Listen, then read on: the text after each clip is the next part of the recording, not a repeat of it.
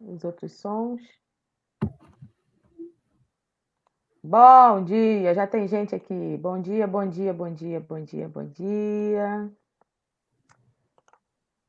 Deixa eu ver quem está aqui. Aparece aí quem já chegou. Chegamos, demoramos, mas chegamos. Hoje tem música boa também. Ontem a gente teve o Rafael Magalhães. Hoje a gente tem uma convidada muito especial aí com a gente. Isso aqui, deixa eu fechar aqui. Deixa eu colocar isso aqui público, que aí os comentários aparecem para mim na outra plataforma. Vamos lá. Vamos lá, meu povo. Já tem aqui. O povo vai chegando, isso vai ficando gravado mesmo. Então, bom dia, bom dia, bom dia para você que vai chegando aqui comigo para mais um bate-papo. Hoje a gente tem pessoas assim super mega plus power especiais.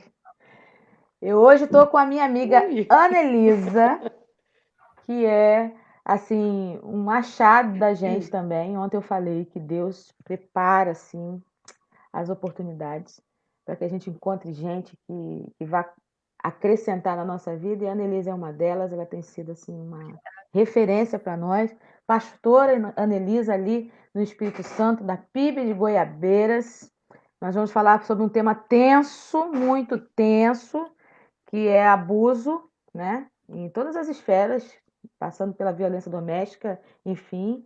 A Anelisa ela é especialista em terapia familiar e de casal, formada em serviço social pela UFES, professora para formação, ela trabalha na formação de profissionais para trabalho com famílias, e é pastora auxiliar na PIB em Goiabeiras. Então ela está falando de coisas que ela tem propriedade e ela vive isso, seu convívio ali, ela trabalha com isso, é seu material de trabalho também, entre outras coisas, né? Porque dentro da família aparece muita coisa para a gente tratar. E aí eu falei assim, Ana, aí a gente coloca alguém com a participação musical, e ela pegou e me apresentou uma outra preciosa que eu sei que eu vou virar fã também, que é a Kelly Guerra, essa menina bonita aí, ó, que é pianista lá na PIB Goiabeiros, ali no Espírito Santo. E aí eu vou deixar a Anelisa falar dela, porque vai falar com mais propriedade, com certeza, vai florear bastante, né? Porque vai! Entendeu? O que eu sei, que ela me falou, é que ela é pianista, que ela é pedagoga, que ela é formada pela FAMES e trabalha na Escola de Música Dinâmica. Mas a Anelisa vai falar quem é Kelly Guerra pra gente, e é ela que vai cantar e tocar para nós. Nós temos piano hoje de manhã na nossa live. Então vai aí, Aninha. Ai, gente, então eu vou falar de forma até poética. Kelly é sombra no calor, é sol na beira da praia. Eita, Kelly é glória. Meu Jesus! Kelly é a pessoa amorosíssima, divertidíssima, né? Porque a formação, a pastora Raquel já falou, Kelly é carioca, então eu estou falando, acredito, com um público carioca, vocês sabem do que eu estou falando. Kelly é carioca, Kelly tem sombra no calor, mas é sol em todo dia nublado. Porque carioca é sol em dia nublado. Kelly, praia, ó, é isso. Aliás, a gente tem super em comum, porque eu tenho essa pele alva como a neve, mas eu gosto mesmo é de praia. Eu queria mesmo poder ficar aquarando no sol, né? Mas Kelly é carioca. Duas. Kelly tem a malemolência do samba, né? Kelly tem essa alegria do carioca, esse coração aberto e acolhedor. Então, Kelly é a certeza de sorriso, diversão e boa música, né? Que nós vamos ver agora também. Então tá, e aí agora a gente vai ouvir a Kelly. Vou colocar a Kelly aqui. Bem-vinda, Kelly. A gente quer ouvir você agora. Vou deixar a Kelly sozinha aí na tela, porque eu quero me refestelar nessa sombra no calor que a Ana Elisa apresentou para nós. E a gente vai curtir agora boa música com a Kelly. Que Deus te abençoe e te use. Sandra Souto e Linda Pecker estão aqui dando coisa. Ih, a Kelly caiu. Acho que aconteceu alguma coisa que caiu. Ela foi mexer em alguma coisa. Ela foi mexer em alguma coisa ali e caiu. Boa ligação. Mas enquanto isso, vamos dar bom dia aqui para quem já chegou. Vou aqui, ó. Sandra Souto, bom dia. Linda Pecker também entrou. Pastor Zanon Lessa também entrou. Bom dia. Elizabeth, fica aí, Elizabeth. Tem agora um medley do cantor cristão. É só a Kelly voltar. Kelly voltando aqui. Voltou a Kelly. Voltou a Kelly. O som sumiu, acho que ela foi arrumar o som. Voltou, Kellinha? Voltou. É porque de repente você estava falando e o som sumiu para mim. Pois é, Satanás é sujo. Logo agora que eu estava fazendo uma mega declaração de amor para você. Pois é. Então, a Nayara Ferreira, Elizabeth, Grazi, tá todo mundo aqui e a gente vai te dar total abertura agora para você cantar. Canta para nós. Vamos adorar com você. Vou deixar você sozinha na tela agora para ficar bem sombra no calor, mas sol no dia nublado. Pois é. Bom dia, graça e paz a todos os que estão assistindo essa live. É um privilégio, é uma honra falar para os meus conterrâneos e conterrâneas, porque eu sou carioca, já tem mais ou menos mais de 30 anos que eu moro aqui no Espírito Santo. Vitória é a cidade que me acolheu, que eu falo que me transformou em gente. Deus me trouxe para cá para assim, vamos fazer ela de gente, né? Vamos fazer ela gente. Agora é a hora dela se amassar, conhecer um povo bom. E conheci música, para mim vem desde o útero. Eu sou filha de pianista, meu pai também canta, eles eram quarteteiros. E seria normal ter uma filha musicista, né? Fiz disso minha profissão, estudei na FAMES, sou professora de música formada e vou cantar um pouquinho com vocês algumas pérolas que eu separei do cantor cristão. Nós vamos ter 2 momentos e para esse primeiro momento eu separei algumas músicas, tá? Um medleyzinho que a gente fala. Ontem na nossa live falaram sobre popurrí, medley, o que era, se tinha diferença. Não, é tudo a mesma coisa. Pequenos trechos do cantor cristão com o coro, numa junção bacana que eu fiz, que eu espero que vocês gostem. Vamos adorar a Deus?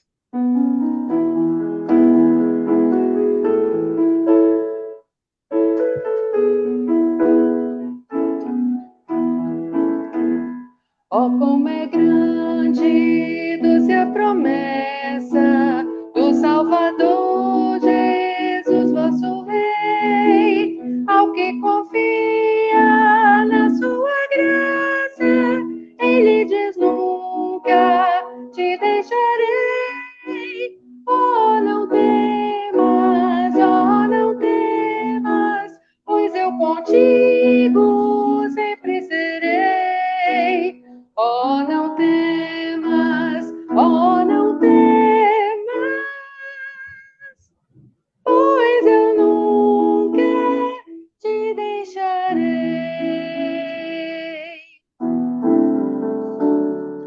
A Deus demos glória com grande fervor, seu Filho bendito por nós todos deu.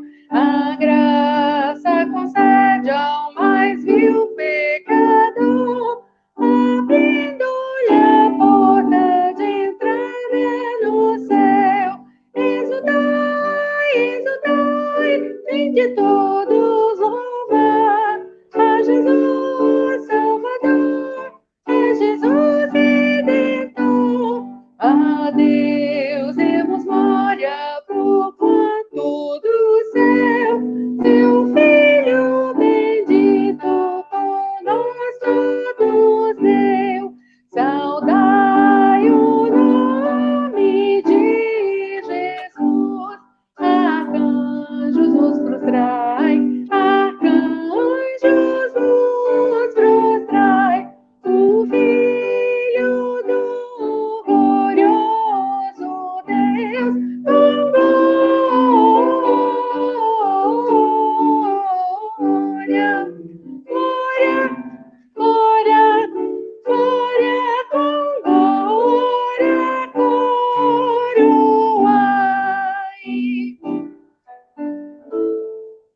Vivo feliz, pois sou de Jesus, eu já desfruto o gozo da luz.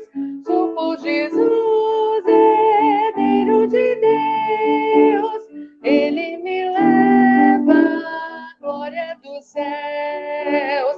Canta minha alma, canta ao Senhor, pede-lhe sempre ardente louvor. Canta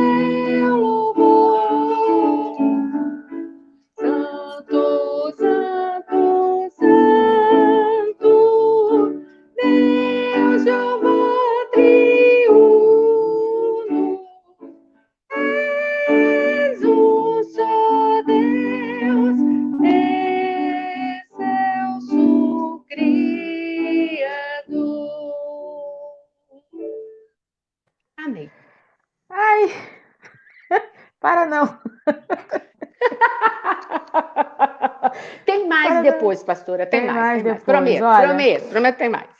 a Renata Julião está com a gente também. Bom dia, Zinete, Lucas França, Vicentina Varques e Elias Teófilo.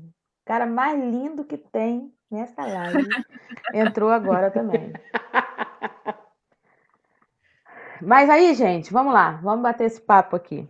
É bom essa música, assim, porque relaxa, porque o tema é tenso, né? A gente tá, como eu já falei para vocês no começo, a gente tá aí numa série de falar de relacionamentos saudáveis. E eu tava batendo um papo, gente, com a Annelise agora e a Kelly antes de entrar no ar, que eu fiquei pensando assim, ler sem colocar na prática, sem pegar coisas que realmente acontecem no cotidiano e que possa fazer você perceber que tem jeito, como que funciona, às vezes você está passando por isso, não sabe. É a mesma coisa que a gente lê a Bíblia também por ler. Ler um livro e não refletir sobre aquilo que você está lendo, não aplicar aquilo que você está lendo, não reter o que é bom, não adianta nada. Você só está jogando mais informação para dentro, mas não vai ter nenhum tipo de mudança, né? E aí, como toda boa pedagoga, né, Kelly? Porque a Kelly é pedagoga também. De alma. Né? Então, essa dinâmica de você ler, refletir e aplicar isso contribui para o nosso crescimento. E é dentro dessa praia que a gente está explorando esse tema, relacionamentos saudáveis. Na semana passada, a gente estava aqui com a Carol e com a Marina falando sobre a visão da psicologia com a questão do abusado, do abusador, quando que eu deixo de ser uma pessoa confiável por muitos traumas, quando eu deixo me submeter por uma pessoa que suga as minhas energias, que tentam me dominar. E hoje eu trouxe a Ana, porque a Ana, como ela é especialista em família, em terapia familiar, ela com certeza ela presencia muitos casos tristes, terríveis, com desfechos horríveis, por conta das pessoas não saberem detectar isso, não saber dizer não, não saber mudar o comportamento. E aí, Aninha, eu só para fazer uma intro do nosso tema, eu não vou falar muito sobre ele, porque a gente já falou isso aí, todas as lives têm, então o pessoal já está bem habituado com o assunto. Num dos capítulos que falam que como a gente deixa de ser confiável, ele diz que 3 coisas fazem com que a gente comece a ser traumatizado de tal forma que a gente acaba tendo problemas em sermos pessoas relacionais. Que é o pecado que a gente comete, e aí isso vai privando a gente de se relacionar com o outro porque a gente não quer ter conflito, não quer ser confrontado. O pecado que as pessoas cometem conosco. E o pecado que cerca o mundo, que gira o mundo. O mundo jaz no pecado. Essas 3 coisas juntas, elas vão criando traumas nas pessoas e elas vão deixando de se relacionar de forma confiável. Então, é aquela coisa que você pensa que você vai ter um relacionamento sólido, seja de amigo, marido e mulher, ou pais e filhos, mas você vê que as pessoas não têm muita cola mais, né? E dentro desse pecado que cometem contra nós, foi quando eu falei com a Carol e com a Marina, que quando a gente tem um processo de ligação afetiva que é interrompido, ou quando as pessoas não respeitam os nossos limites, é uma das facetas, né, do abuso, quando as pessoas não respeitam os nossos limites, nós acabamos virando pessoas não confiáveis. E aí o livro vai dizer que existem pessoas que acabam atraindo esse tipo de personificação. Eu queria que dentro da sua vivência, você falasse para mim o que você tem percebido nas terapias que você tem feito, dessa dinâmica do pecado que convive com a gente e que gera todo tipo de ação humana, de um humano para outro, e como que é o perfil de quem está sendo abusado, não entende que está sendo abusado, corre atrás de ser abusado, não por maldade, mas porque se acostumou com isso, até morrer, se você não tirar se a pessoa não sabe, não tirar isso da cabeça, ela morre. E o perfil do abusador, quando é que o abusador ganha força? E aí eu queria te dar o tempo que a gente já entrou 15 minutos antes, então a gente tem aí um tempo bom para você falar, fica à vontade. E eu quero te ouvir agora, e a Kelly também, e depois a gente vai batendo bola, eu, você e Kelly. Isso. Joia, bom dia, gente, para todos, para todas que estão conosco aqui. Um prazer estarmos juntos para conversar sobre esse assunto. É um assunto denso, um assunto delicado, mexe muito com as nossas emoções, mas nós nos desafiaremos a fazê-lo, né? Então, veja, a pastora Raquel aponta uma questão quando ela fala dessas 3 dimensões do pecado, e nós precisamos mencionar, antes de chegarmos no perfil do abusador, que quando a gente fala desse tipo de violência, nós estamos lidando com um pecado que é estrutural, né? O que significa dizer que esse pecado é estrutural? É que existe na constituição da nossa sociedade um jeito de pensar, né? Um jeito de enxergar o mundo, um jeito de organizar as relações sociais que se pauta necessariamente na subjugação do feminino pelo masculino, tá? O sociólogo Boaventura de Souza Santos vai dizer que o poder patriarcal, ou a gente poderia chamar de machismo também, o patriarcado, que é esse sistema social que coloca o masculino subjugando o feminino, ele é estruturante de todas as relações sociais que nós conhecemos. Nós chamamos isso de pecado estrutural. É pecado estrutural porque essa relação de subjugação, ela é essencialmente violenta. Tá? Toda relação de subjugação, onde eu digo que alguém, um ser humano, está sobre o outro e tem poder sobre o outro, todas as vezes que eu falo que há uma categoria de pessoas que tem poder sobre uma outra categoria de pessoas, isso só se dá no âmbito da violência. Então, essa relação que coloca o macho subjugando a fêmea da espécie humana, essa relação ela é violenta e ela é um pecado que estrutura as relações sociais. E o problema disso tudo é que quando você ousa questionar essa relação desigual, há uma reação negativa muito forte, porque, como o Boaventura Souza Santos vai colocar, isso estrutura o nosso mundo, estrutura a forma como as pessoas se veem, se percebem, como os lugares sociais são distribuídos. Então, é como se você estivesse querendo conversar sobre um prédio, falando, olha, gente, esse prédio, ele não podia existir aqui, ele é injusto, porque a base desse prédio é injusta. Aí você fala, mas como você vai destruir a base do prédio? Porque se você destrói a base do prédio, tudo vai ruir, entende? Você questiona uma coisa que é muito forte, muito poderosa. Então, primeira dimensão é entender que é difícil falar sobre isso, é difícil tocar nessa temática, porque o patriarcado, o machismo é um pecado, e eu chamo de pecado porque é injusto e violento, estrutural. Então, essa é a primeira dimensão. Nós não estamos lidando com fofoca, mentira, sabe? Com coisinha. Não, a gente está lidando com uma coisa que é estruturante das relações sociais, que é estruturante do nosso psiquismo. E veja, deixa eu só abrir um parênteses, porque às vezes a gente fala alguns termos e as pessoas podem compreender errado. Questionar isso não tem nada a ver com falar que homem não nasce homem e mulher não nasce mulher, tá, gente? Não tem nada a ver com isso. Nós estamos falando sobre relações de poder desiguais.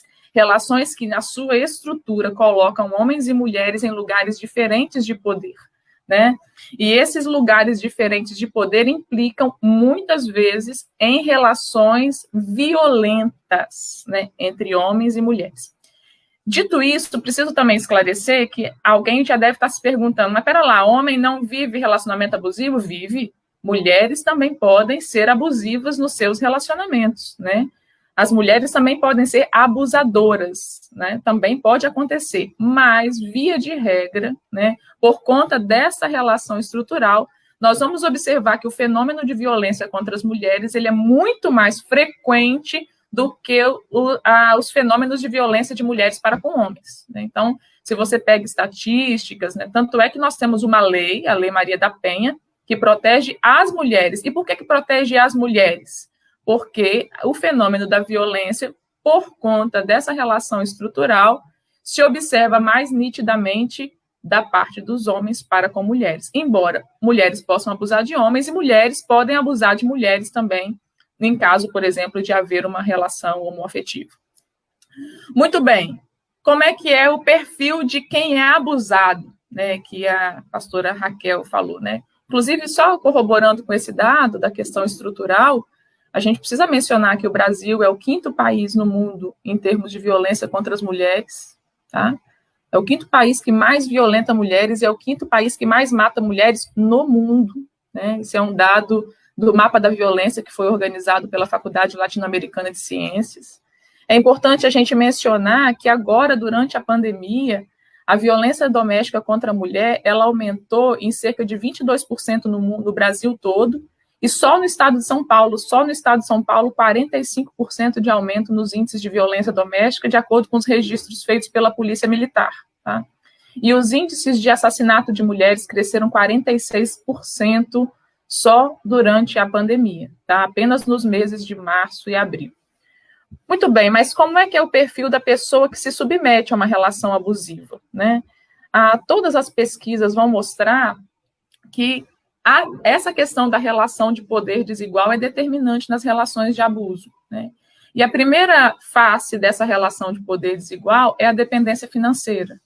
Geralmente, mulheres que se submetem a abuso, assim como homens também que se submetem a relações abusivas, estão numa relação de dependência econômica do parceiro ou da parceira que abusa, né? Então, você pode googar aí depois as pesquisas e vão mostrar que é a primeira coisa que faz alguém se manter numa relação abusiva é a dependência financeira. E a dependência financeira que não se manifesta só na questão salarial ou de dinheiro, não.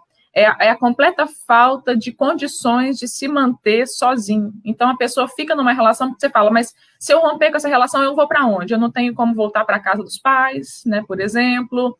Eu não vou ter abrigo, né? A gente conversava, né, sobre isso. Meu pai falou que quando eu casei eu tenho que ir embora, nunca mais eu posso voltar. Então eu não tenho como me manter sozinho, eu não tenho como pagar o meu próprio aluguel, eu não tenho como conseguir um emprego para mim agora. Então eu fico aqui porque eu imagino que se eu saio é pior, né? Se eu saio eu vou estar numa situação. Exatamente, eu vou estar numa situação de maior vulnerabilidade, eu não tenho como me sustentar. A dependência financeira está no topo de lista do faz alguém se manter numa relação abusiva, né? É não conseguir perceber a possibilidade de existir e de se manter nas suas necessidades básicas sem a figura do abusador. A outra coisa que mantém as pessoas na violência também, né, nas relações abusivas, é a dependência emocional, né? Eu preciso dessa pessoa para me sentir segura. Eu preciso dessa pessoa para me sentir protegida. E aí, pastora Raquel, eu queria abrir um parênteses para poder mencionar uma coisa que toca muito a gente enquanto evangélicos cristãos, né? Um discurso que favorece muito a dependência emocional e a dependência de um abusador, né? É que a gente construiu uma narrativa sobre submissão. E eu vou dizer que a gente construiu uma narrativa porque não é assim que, por exemplo, eu compreendo submissão. Eu já vou dizer como é que eu compreendo, né? A gente construiu uma narrativa sobre submissão que atrelou submissão a controle, ou a submeter-se a uma pessoa controladora.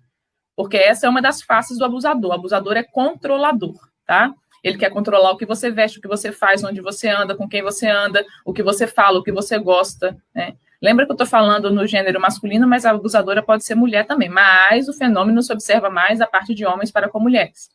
Então, o abusador, ele é extremamente controlador. E a gente construiu, muitas vezes na igreja, um discurso de que submissão é estar debaixo de um homem que controla tudo, porque isso passa segurança emocional. Já ouvi isso N vezes em aconselhamento, em terapia. Ele controla tudo, ele quer, mas isso é porque ele quer me proteger, eu tenho que ser submissa, porque a Bíblia diz que eu tenho que ser submissa. Então, ser submissa significa entregar o controle da minha vida nas mãos de um homem que vai dizer para mim tudo o que eu preciso fazer. Entende? As mulheres construíram, e muitas vezes a igreja é responsável por isso, por construir um discurso sobre submissão, que faz com que a gente enxergue a submissão como entregar o controle da nossa vida na mão de um homem. Então, quando a mulher entrega o controle na vida dela na mão de um homem, ele decide tudo, ele manda nela, ele diz o que ela pode fazer, onde que ela pode comprar, que roupa ela pode vestir. Muitas vezes, à luz dessa teologia, ela fala, eu estou obedecendo a Deus. E tá lindo, porque ele controla tudo, eu não preciso tomar decisão. Já ouvi isso N vezes. A submissão é uma bênção, Anelisa. Eu não preciso tomar decisão. E isso configura violência doméstica, porque as pessoas acham que violência doméstica é só chegar às vias de fato e bater. Mas quando tira o Claro, direito do outro de escolher o que vestir, é violência. absolutamente, é violência psicológica, né? Mas e olha como é perigoso o nosso discurso religioso, porque submissão, a meu ver, tem pouco a ver com isso, aliás, não tem nada a ver com isso, né? Submissão, inclusive, é um padrão para todos os crentes, né? Paulo, lá em Efésios capítulo 5, vai dizer: sejam submissos uns aos outros em amor. Primeiro ele fala para todo mundo.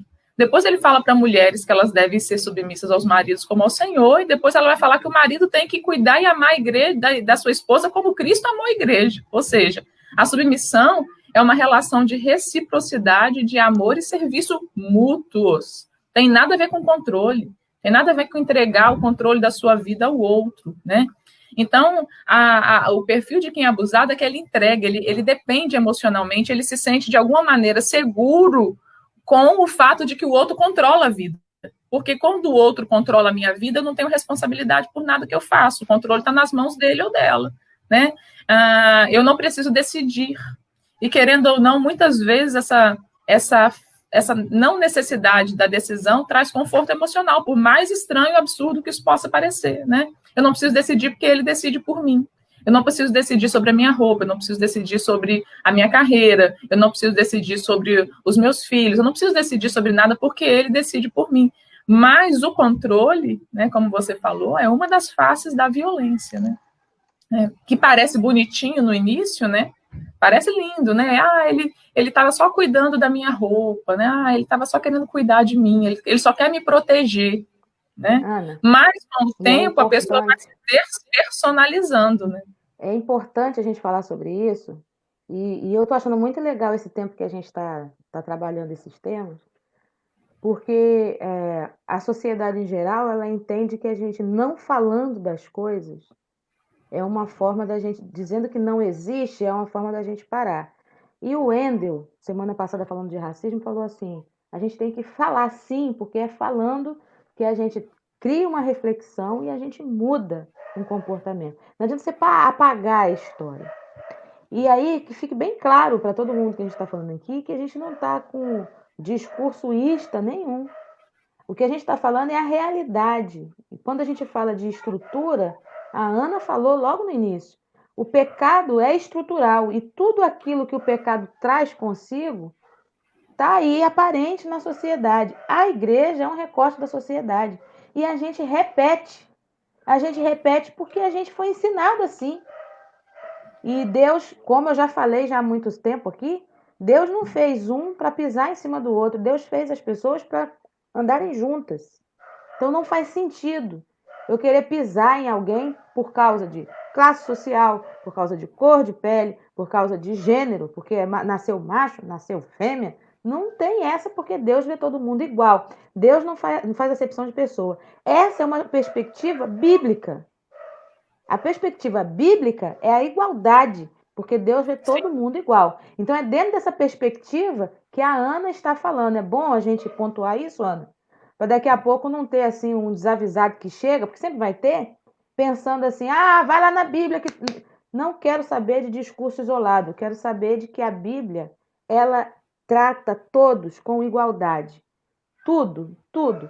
Se fosse assim, ele isentava as mulheres das coisas e deixava os homens responder por tudo. Todos os pecados que a gente cometesse, então os homens pagam e a gente está livre da situação. Mas na hora de julgar, cada um vai dar conta de si mesmo a Deus, tanto homens quanto mulheres. Então, se Deus vê todo mundo igual, todos nós temos responsabilidades iguais, inclusive de decidir a vida que a gente quer, a carreira que a gente quer, a roupa que a gente quer usar, o trabalho que a gente quer fazer, a faculdade que a gente quer fazer, enfim, tá? É só para abrir esse parêntese, para dar uma... Sim, pastora, e assim, uma coisa importantíssima da gente parar e pensar é que a gente tem que ter muito cuidado para a gente não divinizar e biblificar o pecado, porque tem gente divinizando e biblificando o pecado, né? Querendo encontrar justificativa para pecado na Bíblia. Quer uma coisa mais incoerente e triste do que você querer encontrar uma justificativa bíblica para o pecado? Porque toda relação abusiva, gente, é violenta. Toda relação onde alguém se coloca sobre outro, aquilo que eu falei, não tem como dois seres humanos se colocarem em relações desiguais, em lugares desiguais, onde um pisa no outro, violento. e isso ser bíblico, isso é pecado, é violento, né? E toda relação abusiva, ela promove dano físico, material, psicológico, moral, social, tá? As pessoas vão sendo destruídas no seu ser quando elas estão em relacionamentos abusivos. E muitas vezes elas se mantêm nesses relacionamentos abusivos porque alguém diviniza ou biblifica o pecado, que para mim é a maior incoerência que alguém poderia cometer, né? Então vai lá e encontra uma justificativa bíblica. Não, você tem que aguentar isso aí, né? Porque está lá na Bíblia que você tem que ser submissa. Pera lá, mas o que é ser submisso, né? Submissão é uma relação mútua de amor e serviço. Não tem nada a ver com controle, não tem nada a ver com subjugação, não tem nada a ver com violência. Então alguém me pergunta, Nelisa, as mulheres têm que ser submissas? É claro que elas têm que ser submissas, elas têm que amar e servir aos esposos em amor, mas eles também têm. Né? A submissão, porque a submissão é um padrão para todos os cristãos, né? Ou seja, é uma relação de reciprocidade. No relacionamento abusivo não tem reciprocidade. Relacionamento abusivo tem um que machuca o outro e tem um que se despersonaliza, que se perde de si mesmo na relação. Então, por quê? Dependência financeira, dependência emocional, preocupação em relação aos filhos também é outra característica de quem permanece na relação abusiva, especialmente as mulheres que permanecem em relação abusiva, muitas delas, né, várias vezes eu ouvi isso no gabinete, no consultório, como meus filhos vão crescer, né, sem ter a referência do casal, como meus filhos vão ficar se não tiverem a presença desse pai, como eu vou fazer em relação, como eu vou ser vista na relação com os meus filhos, né? Eu prefiro eu sofrer, eu prefiro eu ser humilhada, eu ser xingada, eu ser violentada, do que meus filhos ficarem sem a presença do pai. E essa é uma preocupação legítima, né? Mas é realmente uma das coisas que faz com que as mulheres permaneçam nas relações abusivas, né? Outra coisa, falta de apoio e de solidariedade no que diz respeito à sua rede social. Geralmente as pessoas, eu estou falando de aspectos mais relacionais, porque eu sei que vocês já abordaram muitos aspectos psicológicos, né? Então, estou falando dos aspectos sociais. Geralmente as pessoas que permanecem em relações abusivas, elas não têm uma boa rede de solidariedade e apoio. Isso não significa que elas não tenham amigos, amigas e família. Às vezes até têm, mas elas não se sentem apoiadas por essa rede.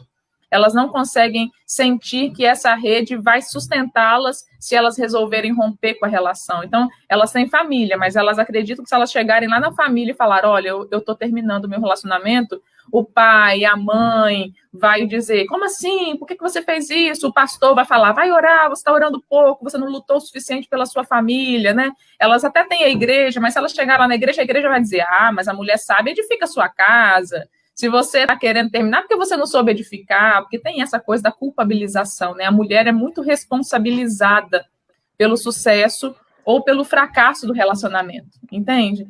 Então, na verdade, ela é muito mais responsabilizada pelo fracasso do que pelo sucesso, porque quando é um sucesso, mas também você fisgou um peixão, né? Esse homem maravilhoso que você pegou para a sua vida. Agora, se termina, você não foi sábia, você não foi amorosa o suficiente, você não orou o suficiente, você não lutou o suficiente. As mulheres são muito responsabilizadas. Mais uma vez, se biblifica o pecado, né? Você violenta uma mulher que já está toda destruída, ou seja, a mulher já está machucada, ela já está magoada, ela já foi violentada emocionalmente, financeiramente, sexualmente, fisicamente, de todas as formas que ela podia ser violentada. Aí ela vai buscar o apoio na rede e a rede diz para ela mais uma violência. Não, você está nesse lugar porque você não foi suficiente, você não foi crente o suficiente, você não orou o suficiente, você não foi sábio o suficiente, você não é suficiente. Então, é perverso, não tem outra palavra, é perversa a forma como muitas vezes a rede solidária que deveria abraçar a pessoa violentada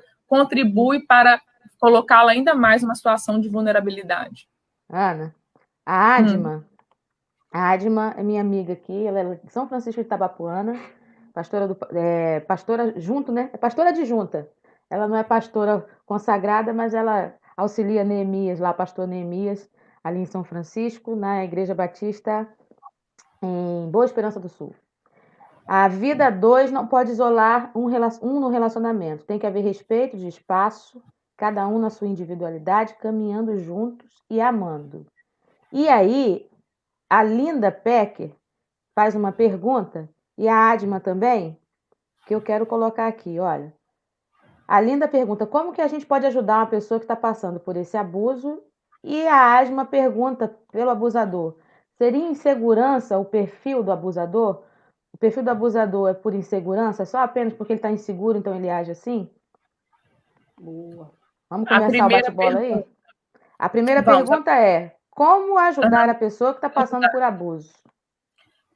Se colocando à disposição para que ela saiba que ela tem rede solidária, sem julgamento, né? Porque lembra que uma das coisas que faz as mulheres permanecerem é porque elas não se sentem amparadas pela rede.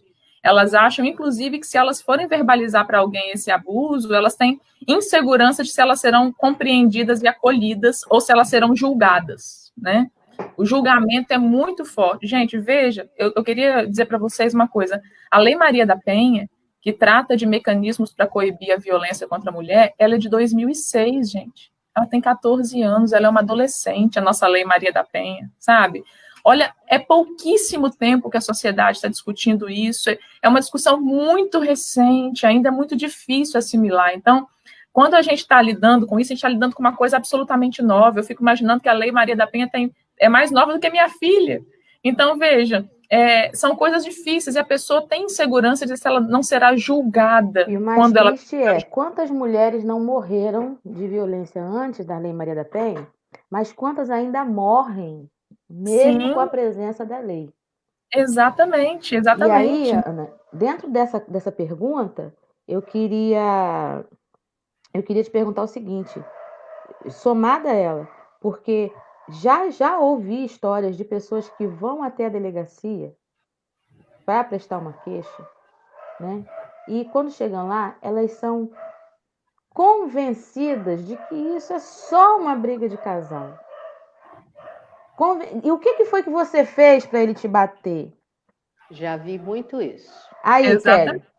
Então, por isso ser estrutural, a gente sabe que hoje já existem instituições mais voltadas para esse amparo, né? Para que essa sororidade possa acontecer de uma forma mais visível. Porque se deixar por algumas pessoas que acham isso normal, né? É lógico, é evidente, gente, porque a gente está falando aqui de perfil de abusador e abusado entre homens e mulheres, porque estatisticamente é isso que é a maior parte. E realmente a gente vê que tem pessoas que têm um temperamento tão complicado, por exemplo, eu vi isso agora dias atrás, 2 meses atrás, de uma pessoa um homem ter que se trancar dentro do quarto, por causa da pandemia, ele ter que se trancar dentro do quarto, para ele não ter que agredir a esposa, que estavam em processo de separação, e ela quebrando a porta para entrar. E quando liga para a delegacia fala assim, se fosse você batendo nela, nós iríamos. Então, de qualquer forma, essa lei é contra a mulher, porque eles esperam que o homem reaja de forma violenta para poder entrar. Então, quer dizer, era preciso que ele batesse nela para que a polícia entrasse com a Maria da Penha. Ele falou, mas se eu bater nela, quem vai sofrer? Ela privilegia o homem, né? Você tá entendendo? De alguma forma, a ideia é bate nela que a gente vai aí. E aí, quando chegasse lá, eles iam perguntar para ela, mas por que você apanhou? Exatamente. Apanhei porque... então você apanhou porque você mereceu. Porque a ideia é essa, né? E foi um absurdo aquilo. Eu falei assim, gente, mas peraí, vocês vão esperar acontecer uma tragédia? Não, mas a gente não pode entrar não, porque isso aí é briga de casal, a gente não pode entrar não. Porque a lei me remete a uma outra situação que a gente viu nas redes sociais esses dias, de uma mulher cansada de apanhar e que o ex-companheiro chegava lá ameaçando e ela, desesperada, pegou o carro e passou por cima dele, filmou tudo e disse assim, matei, agora você pode me levar preso, mas pelo menos eu tô livre. Porque a lei tem seus limites também, né? E a questão a gente está falando mais da questão do abuso contra a mulher porque as estatísticas mostram que esse abuso é o mais frequente, até pelas questões estruturais que nós mencionamos aqui, mas a gente não pode deixar de mencionar que se é difícil para a mulher pedir ajuda, muito mais difícil para o homem pedir ajuda. porque ele vai ser visto como fraco, né? Então, ele vai ser visto... Como assim, um homem? Você apanhar de mulher? Ah, fala sério, você não é macho, não. Como você costuma falar pra gente, sociedade patriarcal. E a sociedade espera que o homem seja violento. Então, se ele não é, se ele assume a postura da não violência e a violenta é a mulher, como que ele fica diante dessa sociedade? Ele é ridicularizado. Ah, fala sério, cara, você não é macho. Como assim? Você deixa sua mulher bater em você? Ah, vira homem, entende? Virar homem na nossa cultura é lançar mão da violência, né? Então, se é difícil para as mulheres pedirem ajuda, mais difícil ainda para os homens pedirem ajuda, porque eles se sentem diminuídos na sua masculinidade, né? Como a Linda está colocando, eles se sentem constrangidos de dizerem que eles estão em relações abusivas. Você quer uma outra questão também? Os meninos, eu já atendi isso no consultório, os meninos abusados sexualmente por mulheres, existe, tá, gente? É assim, é rodapé de estatística, tá? Porque a estatística mesmo são meninas abusadas por homens. Mas existe abuso feminino para com meninos, tá? Babás que abusaram dos meninos pequenos, existe, tá? E eu já atendi. E os meninos têm uma dificuldade absurda de falar que foram abusados por mulheres. Por quê? Porque é constrangedor, porque é de se imaginar que um homem, ainda que ele fosse uma criança, eu ouvi isso de um jovem uma vez, ele falou, Elisa, eu nunca falei isso para ninguém, porque é de se imaginar que um menino, ainda que eu tivesse 5 anos de idade, que eu gostasse do abuso que eu sofri, né? Porque a sociedade vai dizer que o homem, ele tem que ser viril, ele tem que gostar de sexo, mesmo que ele fosse só uma criança, né? E ele não pode... Olha, se uma mulher quis usar você sexualmente, você não foi abusado, você foi macho, entende? Então, essa construção... É importante eu dizer isso, porque às vezes alguém pode ouvir e falar assim, falar contra isso é querer só proteger a mulher? Não. O machismo, ele machuca homens e mulheres, gente. Ele machuca todo mundo. Porque é desumano você exigir que um homem não fale das suas fraquezas, das suas fragilidades, das suas dores. E o machismo, essa situação patriarcal, ela faz com que os homens também não possam falar ou pedir ajuda quando em situação de violência, entende? É como se ele nunca pudesse falar sobre isso, porque se ele viveu violência é porque ele não é homem de verdade. Então, o machismo, ele machuca homens e mulheres. Então, eu gosto sempre de abrir esse parênteses, porque embora a gente vá puxando a discussão mais para o lado do abuso sobre as mulheres, porque é a maior parte das estatísticas, isso não quer dizer que homens também não sejam violentados e abusados. E pior, que quando eles sofrem isso, é ainda mais complicado pedirem ajuda e mostrarem vulnerabilidade, porque o machismo não deixa o homem mostrar-se vulnerável, né? Ele exige que o homem seja forte, violento e cheio de poder o tempo todo, e nenhum ser humano é isso o tempo todo, né? Então, a pergunta é, insegurança, o perfil do abusador? Olha, o que constrói uma personalidade abusiva, né, uma teia muito complexa de relações e de relacionamentos. Então, não dá para a gente puxar a insegurança como um único determinante, né? Então, como tudo que envolve o humano, o fenômeno do abuso, ele é muito complexo. Então, tem a ver com a estrutura da sociedade, que vai construir uma narrativa de que o homem, ele é violento por natureza, e aí eu estou falando do macho mesmo, né? Então, olha para... A nossa sociedade constrói a imagem de que os meninos precisam ser violentos para mostrarem virilidade. Então, isso é um grande problema para mim, na formação da personalidade abusiva. Então, quando você tem uma menina, tem a ver até com a forma como nós educamos meninos e meninas, e tem muita gente que acha isso lindo, tá? E acha que isso tem que ser assim, que a gente não pode questionar isso. Eu já vi, inclusive, várias pregações, tem um fenômeno, inclusive, na igreja evangélica agora, chamado machonaria, né, que quer reforçar esse perfil violento dos homens, né? Tem gente que acha isso lindo. Eu questiono. Tudo em excesso, tudo em excesso é prejudicial, gente. Ninguém está falando aqui que o homem não tem que ser macho, não, por favor. Ninguém está falando isso, não. Porque não tem como você deixar de ser macho se você nasceu macho, querido. Claro, exatamente. Né? Mas pode ter certeza que não tem como. Esse fenômeno não acontece, né? Exatamente. Você é macho, você nasceu macho, Deus te fez macho. Glória a Deus, você é homem, porque Deus determinou que você fosse homem. É isso. Exatamente. E se a gente precisa ficar reforçando isso o tempo todo, é sinal que a pessoa não está segura da sua masculinidade. Realmente. Né? Mas eu estou questionando a forma como a gente incentiva a violência no menino. Sim. Como prova de masculinidade. É isso que eu estou questionando. Não estou questionando a masculinidade, estou questionando como é que nós, como sociedade, insistimos que o menino ele tem que ser violento para provar que ele é homem. Entende? Então, se a menina chega na escola e diz que ela apanhou, a mãe vai dar um abraço nela, vai falar, ô filhinha, eu vou lá conversar com a professora. Mas se o menino chega, o pai vira e fala, você também devia ter metido a porrada nele. Na próxima vez, meu esposo que conta já ter ouvido isso do pai, né? Ele chegou em casa e falou, pai, apanhei na escola. O pai virou para ele e falou bem assim, você volta lá amanhã e arrebenta a cara dele, porque se você voltar aqui dizendo que você apanhou de novo, eu vou bater em você segunda vez que você apanhar. Poder virar homem. Entende? Essa narrativa é muito frequente. Você ensina para o menino que ser homem é igual a ser violento. Entende? Então, você ensina para o menino que a masculinidade, para existir com credibilidade, ela tem que ser uma masculinidade violenta. E nós, como servos de Deus, precisamos questionar isso, porque o nosso Jesus foi um homem e não foi violento. Entende? O nosso modelo de masculinidade é o Cristo. Não é o herói da TV, entende? Que vence pela violência. Então, você sempre constrói no menino, via de regra, essa associação de ser homem.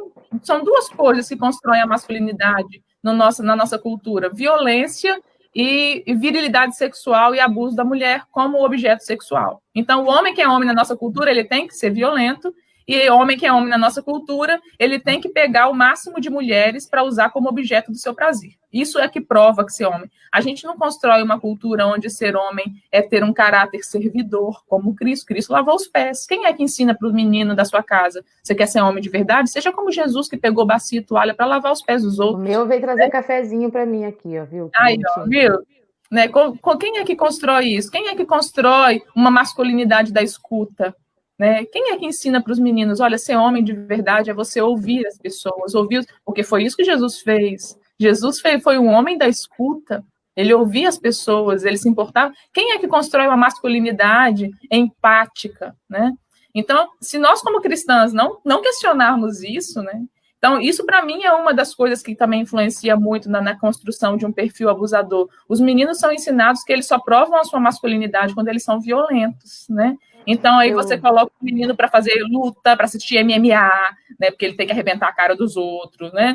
Então, isso vai fortalecendo uma imagem de que eu só vou ser homem plenamente quando eu conseguir mostrar a minha força. Ano passado, a gente estava lendo um livro do Paul, acho que foi Bernard Larry, sociólogo, que ele foi fazer uma pesquisa numa cidade com algumas famílias. Eram as famílias armênias que estavam na Inglaterra. E a dinâmica das famílias, né? E o rendimento escolar. A pesquisa estava dentro do rendimento escolar das crianças. E aí, numa das famílias, estava bem evidente essa cultura, porque aí eu vou jogar o que a Linda está falando aqui, do relacionamento entre irmãos, que acho que tem a ver também com isso, por causa dessa estrutura que a gente vai trabalhando. Que a menina é que ensinava os irmãos mais novos a ler as atividades da escola, mas quando chegava... E a menina era muito mais inteligente do que o menino da casa. Mas que tudo que a menina fazia, nas entrevistas, ele prestava atenção, que tudo que a menina fazia, o pai rechaçava. E o menino, que não era tão inteligente assim, o pai jogava para cima. Por quê? Porque a figura que tinha que ter um pouco mais de projeção é o menino, por causa da cultura, por causa da estrutura, da dinâmica, que eles entendiam ser a dinâmica aceitável. E ele disse assim, agora ela tem que aprender a cozinhar, ela tem que aprender a fazer isso, porque não adianta ela ficar muito tempo... Eu não ligo muito para as notas dela, porque isso não vai servir de nada para o que ela vai fazer. Né? Ele é que tem que aprender a profissão e tal, porque o homem precisa aprender uma profissão, precisa estudar, porque é ele que vai sustentar a casa, e a menina, por mais que ela fosse inteligente, tivesse um monte de outras habilidades, tanto faz como tanto fez, porque isso aí para ela não vai ser útil. Né? Eu me lembro que minha mãe tinha uma enciclopédia, acho que está guardada lá em casa ainda, que ensinava, o nome da enciclopédia era Sexo, Amor e Vida. Eram 4 ou 5 volumes. Eu me lembro disso. Que ensinava como que você fazia faxina. Era uma enciclopédia para mulheres. Não sei se você já viu isso. Não sei se a Kelly já teve acesso a um troço desse, mas eu me lembro. Deus me livre, Como nem você quero ter. cozinha, tempo de cocção de ovo, de tudo. Parecia livro de receita, mas não era, porque cada volume tratava de uma coisa. Então, um volume tratava da saúde da mulher, como que ela deveria estar, mas o passo a passo, direitinho. E tinha um que era da limpeza da casa. Quanto tempo você demora para poder lavar as cortinas, tapete, o cronograma com os horários da comida e a hora que o marido chega em casa, porque tem que estar tudo pronto. E aí falando que você está sempre pronto. Uma enciclopédia, mas o nome da enciclopédia era Sexo, Amor e Vida. Eu vou ver se eu acho isso lá ainda, tá nos guardados lá. É absurdo. O triste é que você está se referindo a um livro da época da sua mãe, né? Que a gente imagina que hoje as pessoas já têm. Pior fui eu que fui num congresso de mulheres uns 4 anos atrás, tinha uma preletora americana aí divulgando um livro. Tem 4 anos isso, né? Divulgando um livro, vendeu horrores. Eu fui no primeiro desses congressos. Ah, é, né? Bom, talvez você vai saber do que eu falo, né? Eu comprei esse livro para ver o que tinha nele. É igualzinho. Então, aí eu sei que o livro bombou aqui no Brasil, a preletora ficou famosíssima, e fui dar uma olhada no livro, estava lá ensinando a separar a roupa para poder colocar na máquina de lavar, como é que você, mulher, colocava uma mesa de jantar. Aí eu falei, Jesus amado, eu estou no século XXI mesmo, né? Enfim. Mas sabe o que acontece, Ana? É o que eu estou falando, os extremos são perigosos. Nós também temos hoje meninas que pensam que tudo acontece assim, você liga para o delivery e o delivery traz para você. Ah, é, claro. Então a gente está vendo assim uma safra também de meninas que estão com um pensamento tão alienado que acham que elas não devem cuidar das coisas dela, porque a casa é dela também. Então, se a casa estiver limpa, ela não está limpando a casa para o outro, ela está limpando a casa para ter um ambiente saudável. Sim. Né? Ela não vai ter a secretária do lar da mãe dela lavando a roupa dela. Tem menina hoje que não cuida nem da própria roupa íntima, Ana. Aí realmente são os extremos, né? Esse cuidado é um cuidado do humano, né? É isso que a gente precisa do humano. Não estamos dizendo que as mulheres não... Aí você acaba fazendo um extremo, né? E fica complicado. Mas voltando... Tem gente que ouve a gente falar isso, acha que chega aqui em casa e a gente dá ordem para o marido. Não tem nada a ver com isso, não, gente. Aqui a questão tem a ver com que a gente está questionando uma estrutura desigual de poder e violenta. Mas está dizendo que as mulheres não devam cuidar de si, cuidar da casa, e fazer isso é uma parceria de todo mundo. Eu brinco aqui em casa, falo sério aqui, na igreja também, que responsabilidade da casa é responsabilidade de todo mundo que mora nela. Então, aqui, meus filhos, desde pequenininho, enquanto conseguia pegar na vassoura, quando não era na vassoura de verdade, era na vassoura de brincadeira, mas tinha que aprender que esse cuidado é um cuidado de todos ali. Mas voltando à história do abuso, a Linda colocou uma coisa importantíssima, porque a gente também, da forma como a gente está construindo a conversa aqui hoje, a gente acaba levando isso para o relacionamento conjugal, homem e mulher, o relacionamento amoroso, mas o abuso, ele pode acontecer por parte de qualquer tipo de relacionamento. Pode acontecer da mãe para com o filho, pode acontecer do pai para com o filho, pode acontecer de irmão para com o irmão, pode acontecer no seu local de trabalho, da parte de um chefe para com um funcionário. Então, o abuso, vamos conceituar o abuso, tá? O abuso é um tipo de relacionamento que resulta em manifestações de violência de algumas naturezas, física, psicológica, emocional, moral, social, tá bom? Então, qualquer relacionamento onde haja algum tipo de violência, psicológica, moral, verbal, física, econômica, é um relacionamento abusivo. Então, isso pode acontecer. Uma mãe pode abusar dos filhos? Com certeza pode faz. Um pai pode abusar dos filhos? Pode, faz. O irmão pode abusar da irmã? Pode, faz. Então, esse relacionamento a gente acabou levando a discussão mais para relacionamento homem-mulher, mas não é exclusivo. A gente está falando de qualquer tipo de direção, né, onde você se sinta violentado economicamente, fisicamente, moralmente, verbalmente, né? Então, eu já lidei muito com, por exemplo, abuso verbal psicológico de mães para com filhos, sabe? De pais para com filhos, né? Que diminuem. Porque o que caracteriza o comportamento abusivo? É o excesso de controle, a manipulação. Então, assim, sabe a coisa da chantagem emocional? Isso é abuso, né? Chantagem emocional é abuso, né? Ciúme excessivo, querer a pessoa só para si. Tem muitos pais que fazem isso, não quero que os filhos se relacionem. E o que isso produz na vida dos filhos, Ana? Nossa, os prejuízos emocionais são incalculáveis, tá? Incalculáveis, né? Então, de todos os tipos de transtorno que você puder conceituar ou enumerar, isso pode resultar, então, ansiedade, dos transtornos de ansiedade, depressão, fobia, toque, transtorno de pânico, tudo isso. As consequências são gravíssimas, tá? De abuso emocional. E o abusivo não aceita crítica, nunca aceita que está errado. Então, já conhece pai e mãe, assim? Nunca aceita que está errado, nunca pede perdão, nunca reconhece que erra, né? Faz você achar que se você fizer qualquer tipo de ação autônoma, que isso é uma ameaça para o relacionamento, né? Então, eu quero ir ali. Então, há pais que não permitem também que seus filhos escolham nem a carreira. Isso aí é demais. Atenção, porque às vezes você está abusando do seu filho e nem sabe. Nem sabe, não. É tão normal que você está fazendo e nem sabe. Quer ver? Comparar um filho com o outro, Ana. Ou comparar seu filho com o filho do outro. Nossa, isso exatamente. É péssimo. E aí, por que você não é igual fulano? Isso é violência psicológica, tá, gente? É violência psicológica, né? Por que você não é igual fulano? Ou as palavras de pais e mães que machucam profundamente. Você nunca vai ser nada na vida, né? Você vai depender de mim a vida inteira. Você não vale nada. Você é burro. Você não consegue. Então, isso é abuso psicológico. E é uma relação abusiva também, né? A destruição da autoestima constitui uma violência muito grande e características de um relacionamento abusivo. Você nasceu com esse cabelo horroroso, igual sua avó. Você nasceu com essa boca sua. Presta atenção, no colo você está gorda, você está magra. Isso tudo acontece em vários relacionamentos, não só nos relacionamentos amorosos. Fala, Kelly.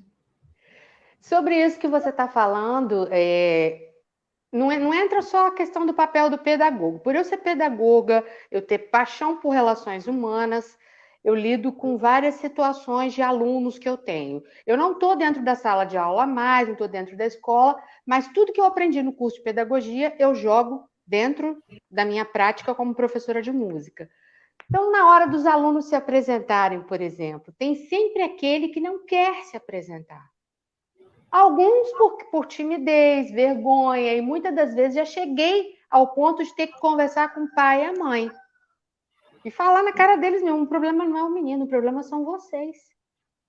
Vocês estão neuróticos e fazendo essa criança neurótica. Por quê? Porque ela se apresentou mal na primeira vez que ela tocou, e ela não estudou, e ela não se preparou. É preciso entender esse tipo de coisa. Semana passada eu passei por isso, não nessa escala, mas uma das minhas meninas não queria se apresentar. Nós estamos trabalhando online, então a semana aberta da gente, em julho, vai ser toda online. Então nós fizemos um ensaio, um grande ensaio online, né? E Letícia não queria tocar. Não, porque não sei o quê. Eu fui conversando e coisa e tal. Eu sei que ela, no final das contas, ela se apresentou, porque enquanto a gente vai conversando com o menino, pelo menos eu sou assim, Deus, vai lá, martelo na cabeça desse menino que precisa tocar, de alguma forma. Palavras, assim, que ferem muito a autoestima deles. Eu, por exemplo, eu já fui dentuça igual a Mônica, do Maurício de Souza, e era brava que nem ela. Então, eu já sofri bullying? Já. Mas Deus, ele é tão misericordioso que desde criança ele passou assim o bálsamo no coraçãozinho. Falei, minha filha, não liga para isso, não. Deixei de ser dentuça aos 25 anos, uma cirurgia que eu fiz. Não tenho os dentes mais lindos do mundo, mas todo mundo fala que gostam do meu sorriso. Então, ou seja, eu não deixei que isso se transformasse em bullying. Mas eu sou assim, 1 em 100. A maioria das minhas amigas já sofreram abuso sexual, não lidam bem, algumas, graças a Deus, Deus me iluminou, me abençoou, porque eu acho que quando a gente entra na vida de uma pessoa que tem esse tipo de problema, é Deus colocando para que a gente possa ser um instrumento curador. Então, eu já fui instrumento curador, graças a ele, é claro, a honra toda é dele, na vida dessas pessoas, que não têm uma autoestima bacana. E isso foi desconstruído dentro de casa. Tudo começa com no menino, com homem não chora. Engole o choro. Homem não chora. No caso da menina, nem tanto. Eu já ouvi várias vezes engole o choro. Não morri por conta disso, não. Mas hoje eu acho que eu não diria isso. Eu não tenho filhos, mas se eu tivesse, eu jamais diria para os meus filhos engole o choro. Porque eu já ouvi muito isso. Né? E no caso do menino, tudo começa, mas não chora. Sim, uma outra coisa também que consequências de relacionamentos abusivos na família, dependência química, tá? Dependência química, para muitos a droga vai ser a saída do relacionamento abusivo, porque olha só, se é difícil, já é difícil romper um relacionamento amoroso, abusivo, como é que você rompe um relacionamento abusivo com gente que é do seu sangue? É mais difícil ainda, né? Porque não tem jeito. Para você se recuperar de uma relação de abuso, a saída é o afastamento do abusador, tá? Não tem outra saída. Para você se recuperar, você precisa se afastar do abusador. Mas como é que você se afasta do seu pai e da sua mãe, né?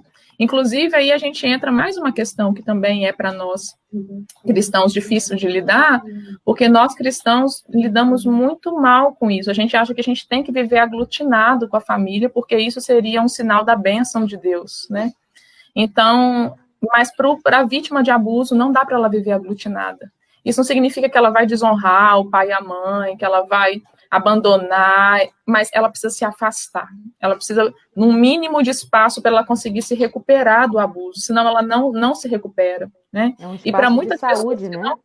É uma questão de saúde, é uma questão de vida, porque pode resultar em suicídio também, né? As consequências mais graves do abuso, o suicídio é uma delas, né?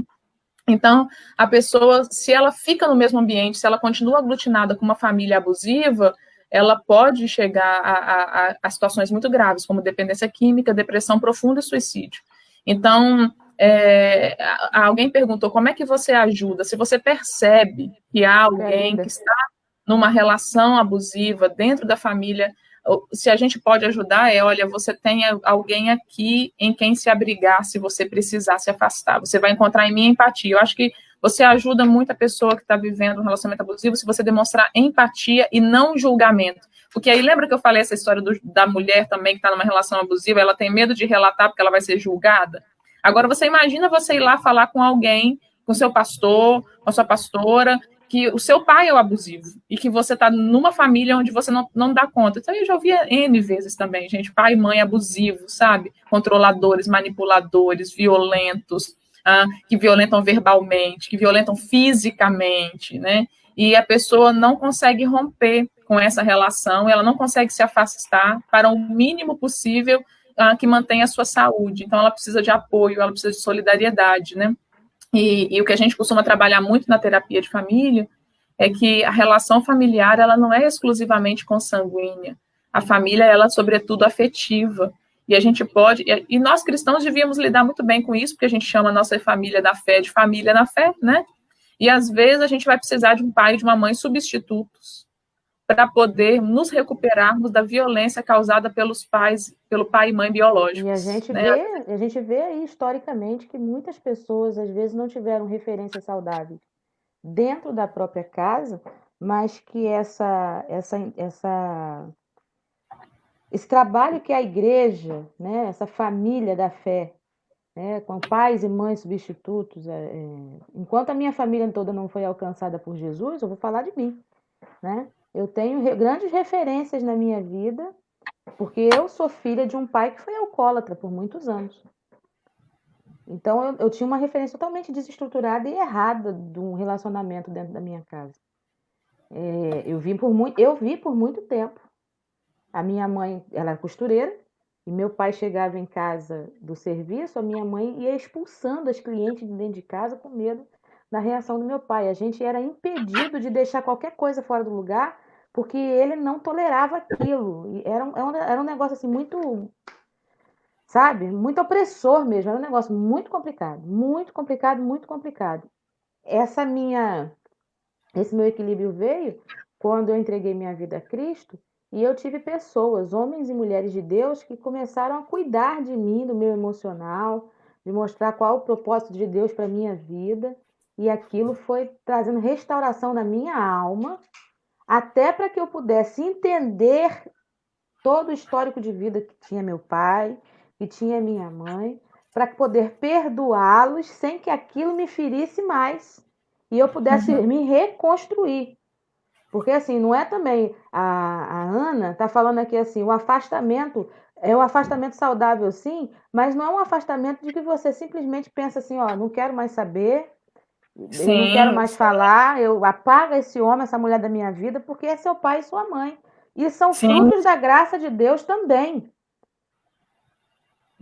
né? Porque a sim. gente É o também vive afastamento é o nessa afastamento para manter a saúde, né? Mas essa é essa estrutura relação. que a gente tem do descartável, Ana, hoje É, é muito grande. Então não fez o que eu quero, é onde o abusado passa a ser abusador. Então agora eu sim, já consegui me erguer, então agora eu Isso. piso, né? exatamente. É, E a gente tem uma teologia muito doida aí de umas músicas, de umas pregações também, que quem te viu passar na prova e não te ajudou, é. já que tu tá em cima, agora você pisa, né? Não, não, de forma alguma, né? Você se Mas é, afasta para se erguer, para depois você demonstrar graça, né? E assim, exatamente. o afastamento às vezes não quer significar sair de casa. Não, é isso aí, é encontrar uma outra referência, né? É estar um pouco menos debaixo do abuso, né? O afastamento é não estar o tempo inteiro aglutinado na relação abusiva, senão as consequências são muito danosas, né? Mas, obviamente, que não é virar as costas, riscar da vida, né?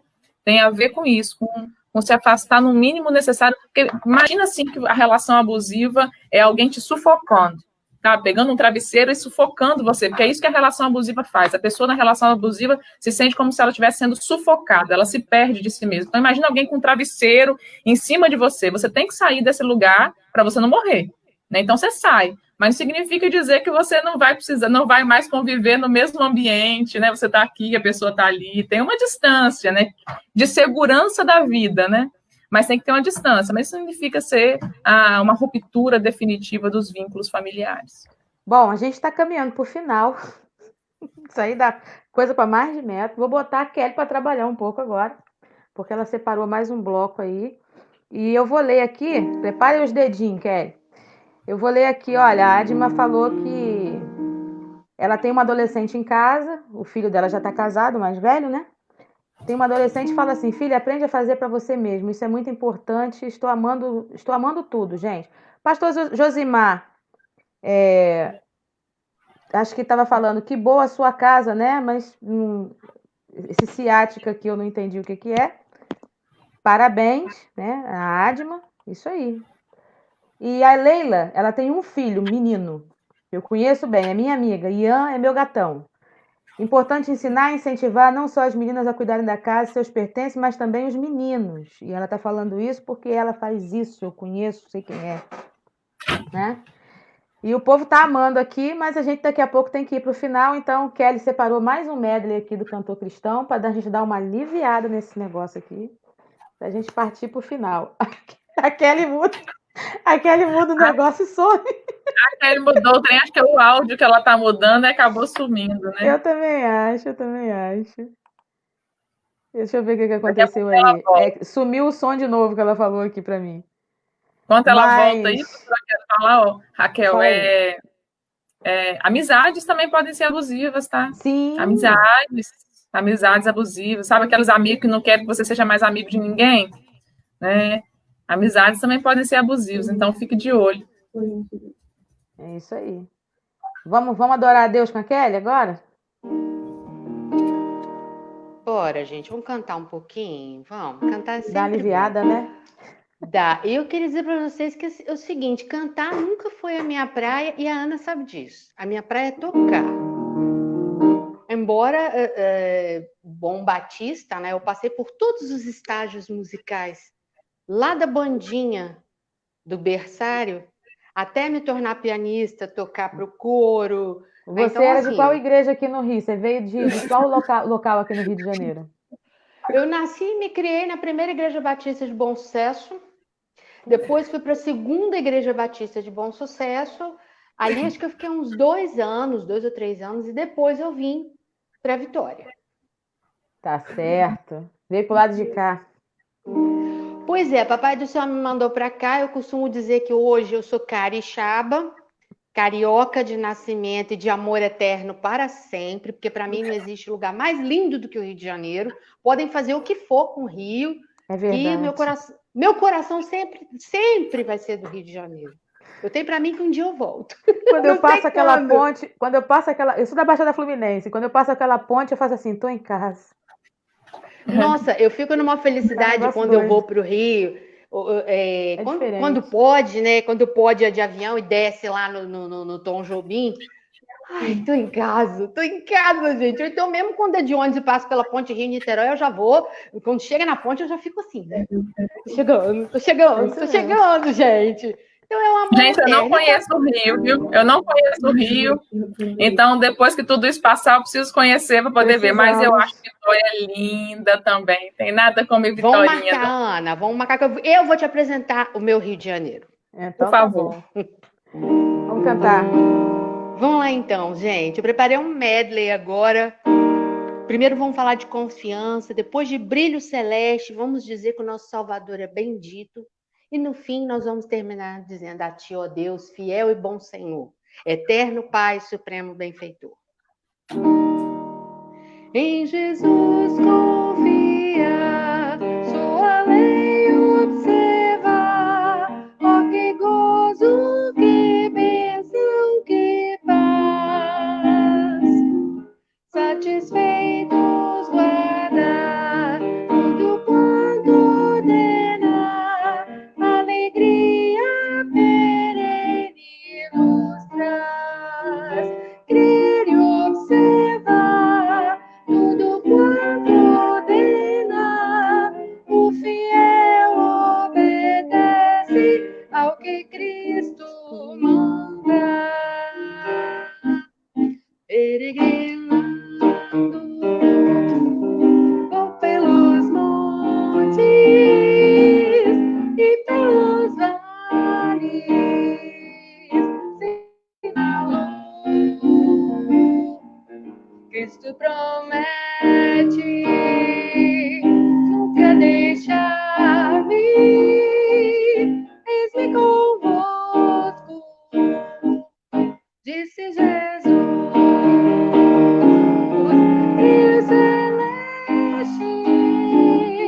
Brilho celeste, enche minha alma, glória de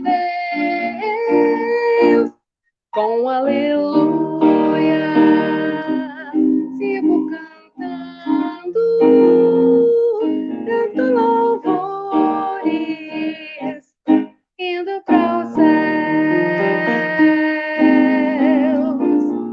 Salvador bendito, eterno e bom Senhor,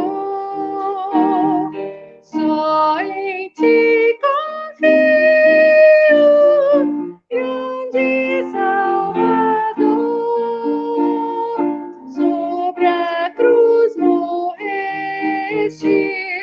para me salvar,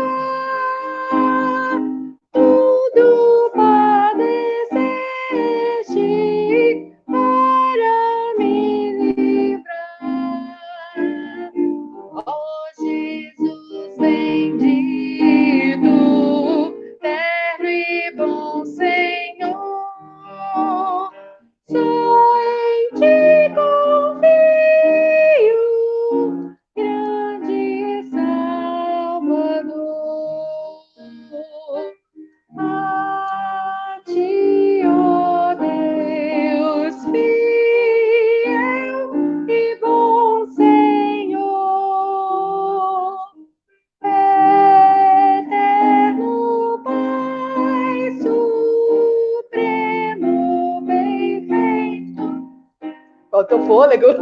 Nós, os teus servos, vimos dar louvor.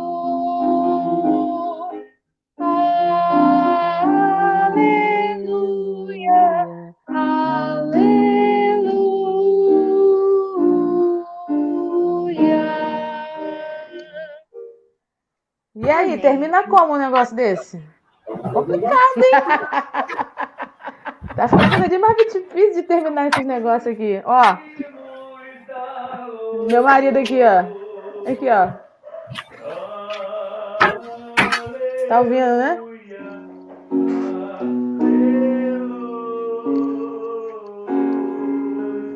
Tá fazendo aqui voz aqui, abrindo com você aqui, que ele tá no outro fone dele lá no Face lá. Falta maravilhosa graça, Kelinha. Uai, vamos! Então vai. Então vamos. Gente, se eu errar a letra, vocês não ligam, não, porque, assim, todo pianista é péssimo de letra, porque a gente se preocupa com as bolinhas, né? Exatamente. Assim. Aí quando chega na hora da letra, assim, ai, senhor, aí já é pedir demais, né? Aí já é pedir demais, né? Você lê bolinha e lê a letra, vai ficar difícil, né? Deixa eu ver um tom, porque maravilhosa graça no tom original, essa hora da manhã vai ser... Sol maior. Sol, dá. Maravilhosa graça de Deus sem par, como poder cantar com de promessa, ela me dá certeza.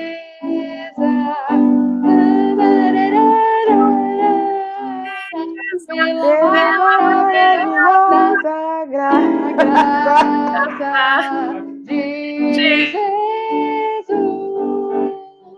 graça que maravilhosa graça, é imensurável e sem fim, é maravilhosa, é tão grandiosa, é suficiente para mim, é maior que a minha iniquidade, é revelação do amor do Pai. O nome de Jesus engrandecei e a Deus louvai. Graça, que maravilhosa graça, é imensurável e sem fim, é maravilhosa, é tão grandiosa, é suficiente para mim, é maior que a minha iniquidade, é revelação do amor do Pai. Nome de Jesus engrandece e a Deus louva.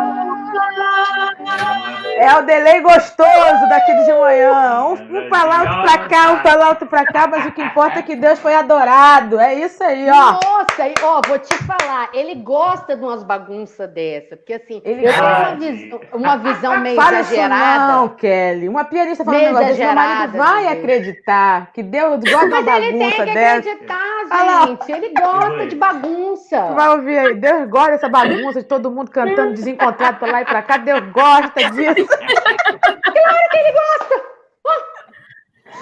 Acho que ele gosta da alegria, né? O espírito em verdade, né, menina? Isso é que ele importa. Gosta da alegria.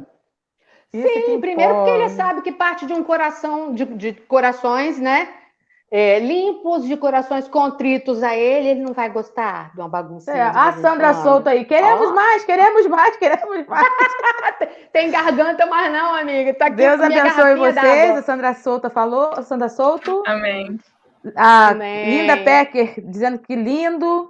E tem alguns coraçõezinhos, algumas coisas que colocam aqui, mas eu não consigo colocar no StreamYard para poder projetar aí. Mas assim, eu adoro fazer esse tipo de coisa porque essa interação tá ficando muito gostosa e mostra que a igreja pode sim, deve falar dessas coisas sem nenhuma restrição. A gente não é perigo algum a gente mostrar. Eu acho que a gente gastou muito tempo tentando esconder, quando eu falo igreja, instituição, tentando esconder algumas coisas que a gente já podia estar tratando há muito tempo e a gente podia estar muito mais saudável se a gente já estivesse tratando disso há mais tempo. Com certeza. Sabe?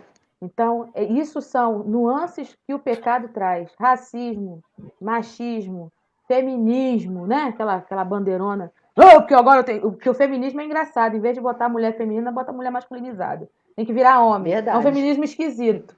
Tem um feminismo que estão vendendo aí que é engraçado, que é simplesmente fazer a mulher virar homem. Não precisava desse nome, tinha que ter outro. E que se pauta também na violência, né? E que é o grande problema que nós estamos questionando aqui. E que tudo isso, até o próprio racismo, a gente estava falando da semana passada. E até o racismo, para combater o racismo, você quer bater nas pessoas, você quer quebrar as coisas. Não existe uma conexão de humanidade. que é a questão estrutural, que a violência é colocada sempre como uma forma de resolver as coisas, né, pastor? Então, acho que é isso. Quando a gente questiona as questões estruturais, a gente está questionando exatamente a violência e a gente lançar mão da violência para tentar resolver uma outra violência é, no mínimo, incoerente, né? O Salmo 133 diz que é bom e suave que os irmãos vivam em união. E aí, lá no finalzinho, ele diz assim, porque ali o Senhor vai derramar sua bênção para sempre. Deus gosta de unidade. Com certeza. Deus fez a humanidade para andar unida. E aqueles que têm o Espírito de Deus em si, e isso só é possível através de Jesus, porque todo o desfecho dessa conversa, Ana, todas elas, você pode andar por todo canto, a gente só tem um caminho. É Jesus. Você só vai conseguir entender isso no dia que você confessar Jesus como seu único e suficiente Salvador. Quando isso acontecer com você e o Espírito Santo de Deus passar a fazer morada em você, você vai entender todo o processo, Deus vai te encaminhando todo o processo de como ter uma vida saudável. A gente não desconhece o que o pecado fez conosco, mas a gente conhece um único caminho para vencer tudo isso que o pecado produz e fere as pessoas. Em Jesus, a restauração de vida. Jesus disse assim, olha, o ladrão veio, senão para roubar, matar e destruir. Jesus disse, eu vim para que tenham vida e a tenham em abundância. Então, é abundância, felicidade, alegria, harmonia nas relações. É possível homens e mulheres viverem em harmonia. É possível pais e filhos viverem em harmonia. É possível irmãos viverem em harmonia. É possível as pessoas viverem em harmonia, mas isso só faz apesar das diferenças. Apesar das diferenças. E a oração sacerdotal de Jesus, né? Eu sempre lembro disso, né? Ele fala, Senhor, Pai, né? Que eles sejam um, assim como tu, ó Pai, o és em mim e eu em ti, que eles sejam um, para que o mundo creia que tu me enviastes, né? Então, a unidade dos servos de Deus é um paradigma para a proclamação do reino de Deus, né? Para que o mundo creia, o mundo crerá, né, em Cristo Jesus quando ele vir a unidade dos filhos de Deus. E essa unidade, ela existe quando há harmonia e não violência. Então, a gente não está sugerindo na nossa fala uma troca de abusos, né? A gente está sugerindo que o abuso seja eliminado em nome de uma unidade de amor, né? Ó, a Linda disse que a alegria da gente é contagiante e o meu marido disse que a gargalhada da Kelly é ótima. Gostei da sua gargalhada, Kelly. Aí, ó. Obrigada. Vicentina Vasques, parabéns, discussão de extrema relevância. Contem com nossas orações e apoio. Obrigado, Vicentina. A gente conta com isso também mesmo. Obrigada. E, então, eu vou deixar aí Kelly com as considerações finais, a Ana com as considerações finais, para a gente terminar. Kelly. Bom, minha consideração final é o seguinte: falar de Jesus para o povo da gente é muito bom. E quando é para o povo da terra da gente, fica melhor ainda. Né? Então, assim, beijos aos meus cariocas, aos meus conterrâneos dessa terra linda. Quem tem o privilégio de nascer nessa terra sabe que não tem lugar mais bonito no mundo. Depois disso, só o céu, gente. Só o céu que é mais bonito do que o Rio de Janeiro. Eu quero agradecer a oportunidade, pastora Raquel, amei te conhecer, tá? Quero agradecer a Ana, que me fez esse convite para estar aqui. A minha relação com a Ana é aquela coisa assim, né? Eu já falei, tem hora que eu falo com ela, hoje eu preciso não é de pastora, não, eu preciso da minha amiga. Não tem como então, não amar a Ana. A gente se apaixona pela Ana assim, ó. Pá. Com certeza. Tem dia que eu chego para ela, já sabendo que ela vai puxar a minha orelha, mas ela puxa com carinho. Ela morde, mas ela sopra. Né, Ana? Então, tem dia que eu chego para ela, hoje eu preciso de pastora, porque eu acho que eu fiz uma coisa que não é para fazer, não. E ela tá sempre lá. Então, para todos sempre, Ana. Obrigada, lindona. Amo você. Aí tá o contato da Kelly, ó. Aí tá o contato da Kelly. Anota aí, tá bom? Isso, gente, anota. Quem precisar, assim, a gente anima a festa, a gente canta, a gente faz qualquer coisa. Muito bom. Muito bom. E Ana? Bom, gente, eu quero agradecer também, pastora Raquel, o carinho do convite, a confiança, a companhia de vocês, o bate-papo, Kelly, essa lindona que eu amo de paixão, alegra. Eu falo com a Kelly assim, que quando eu recebo um áudio dela, é certeza que eu vou rir, meu dia vai começar cheio de alegria, porque você tem que ouvir, pastora Raquel, eu queria que você ouvisse os áudios de Kelly Guerra. Os áudios de Kelly Guerra são uma festa, até quando essa mulher tá ruim, ela tá triste, ela me manda um áudio que me faz mais rir do que chorar. Aí eu falo, não sei se você me ligou para me pedir ajuda para divertir o meu dia, né?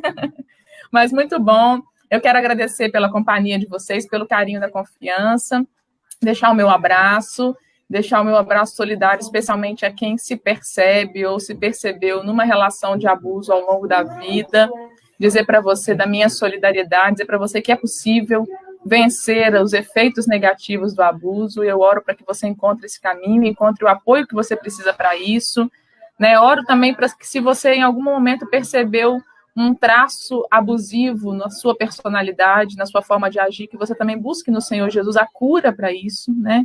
E conte com as pessoas que você sabe que são confiáveis e que vão te receber sem julgamento e com o desejo de te ajudar. Né? Meu telefone está aí. As minhas redes sociais, gente, são junto com meu marido. A gente faz um ministério compartilhado, né? E o nome eu vou escrever aqui para a pastora Raquel colocar na tela, porque meu marido só tem ele no mundo, ninguém mais, tá? Então, verdade. E que se você conseguir escrever o nome dele, você vai conseguir qualquer outra coisa na sua vida, tá? Então, coloca aí para mim, pastora Raquel. Nosso Facebook é Eliender e Anelisa, né? O nome dele vai estar na tela, porque é difícil. E o Instagram é @eleenderiana. Então, é Facebook Eliender e Anelisa, Instagram @elienderiana. Então, você anota esse nome aí, dificílimo, que só a história desse nome rende uma live. É verdade. Só a história do nome dele rende uma live, cheia de gargalhadas, porque é engraçado, tá, gente? E o nosso Instagram, Eliender e Ana, segue a gente lá e vamos manter contato. E se precisar de falar, então o Instagram é só Eliender e Ana, e Facebook, Eliender e Anelisa. Aí é só adicionar a gente lá, tá bom? Então tá aí, ó.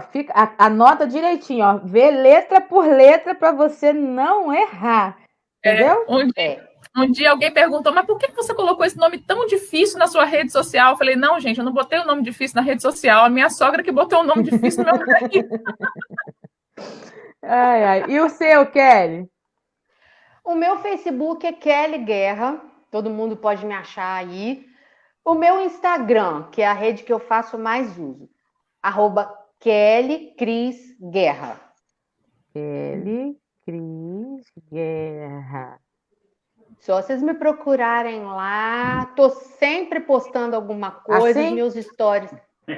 Exatamente, os meus stories são uma festa, a Ana sabe disso, eu posto tudo, eu posto o que eu tô comendo, se eu tô com raiva eu também posto, eu gosto muito de postar meme, então vocês vão adorar. Meu Instagram é uma festa. Oi. Olha só, Vicentina Vasques, poderíamos organizar uma grande rede nacional de mulheres cristãs no enfrentamento à violência contra a mulher. Um grupo em cada estado brasileiro. Precisamos, Vicentina, precisamos falar sobre isso, né? Como a pastora Raquel falou, ainda que seja desconfortável, ainda que haja um monte de senões e poréns, a gente precisa falar disso. Ainda que se fale de mimimi. Ainda que digam que é mimimi. Sabe quem está assistindo a gente? Silvia Nogueira. Eu falo com ela que eu não sou digna de desatar as sandálias dos seus pés. Nem eu. Mas aí fica o desafio. Saudade de você. Mas aí fica aí o desafio, né? Vicentina, ó, vou te dar uma dica. Anota esse número, conversa com a Ana, eu estou à disposição.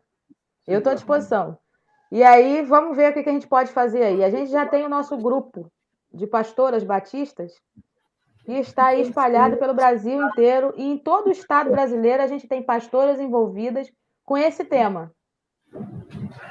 Né, Ana? Então fica muito mais fácil da gente linkar, fazer redes que possam favorecer esse trabalho acontecer. Eu acho que é um dos grandes baratos também disso que está acontecendo hoje, dentro dessa pandemia, essas oportunidades que Deus está criando. Então a gente não pode ignorar. Então fica aí. Vamos orar para ver se Deus né, trabalha no meio disso aí. Deixa eu ver alguém aqui. Estou falando com a Silvia Nogueira agora. Interrompi a conversa com ela para terminar aqui com vocês. Então você está falando com a pessoa certa. Tá ótimo também, com certeza. Então tá bom. É isso aí, vamos conversar. Tá falando com a pessoa certa. Eu queria agradecer a vocês mais uma vez e mandar um beijo aí para todo mundo que ficou aqui com a gente. Vicentina Silvia, Linda, Elias Teófilo, meu gatão, Eliane Teófilo, minha cunhada, que foi homenageada pela Kelly, mesmo sem saber, que pegou e tocou o hino favorito dela. Né? Sandra Souto, Rosângela Raimundo, a Pibe da Vila Maitá estava aqui com a gente, pastor Livingston Guerra, pastor Josimar Silva. Pastor Livingston Guerra é meu primo, tá? Ele estava aqui te vendo e te ouvindo. Ele é Dilene meu primo. Monteiro, Tainá Antunes, Adma Freitas, Patrícia Moraes, Odete Leal, Roseli Santos. É a gente a beça, gente. Leila Nogueira. Tem gente aqui da igreja também. Eu vi aí Elisa, Sandra Vargas. O pessoal aqui da igreja está aparecendo aí também. Não sei se aparece para você. Não, que tem legal. Coisa. A Silvia falou que chegou no fim, infelizmente. Mas essa live vai estar no canal. Vou colocar aqui, porque aí vocês vão me ajudar. Eu preciso que vocês me ajudem nisso. Por favor. Opa! Em nome de Jesus. Amém. O nome do canal no YouTube, vou colocar aí. Vou colocar aí para vocês me ajudarem. Teófilos Amigos de Deus. Teófilos com PH. Com TH e PH. Por que o nome tão difícil? Fala com meu marido, é o nome dele. Elias Teófilo. E tem que ser com TH e PH, porque se você tirar um H desse aí, dá um H doido, né? Não é o nome dele. Vocês têm maridos com nomes difíceis, gente. O nome Será que o meu também vai ser? Não é nome difícil, é nome incomum, exótico, porque eles são únicos. Exatamente. Ó, Silvia está rascunhando uma roda de conversa sobre masculinidades e feminilidades. Fiquem aí, atentos. Ó, eu quero fazer parte. A gente conversou um pouquinho sobre isso hoje, né? Bem pouquinho, mas quero fazer parte. Isso aí. Então, nesse canal aí, ó, do YouTube, Teófilos Amigos de Deus, você vê esse vídeo e os outros que a gente já gravou. Tá bom? E aí você vai lá, me ajuda.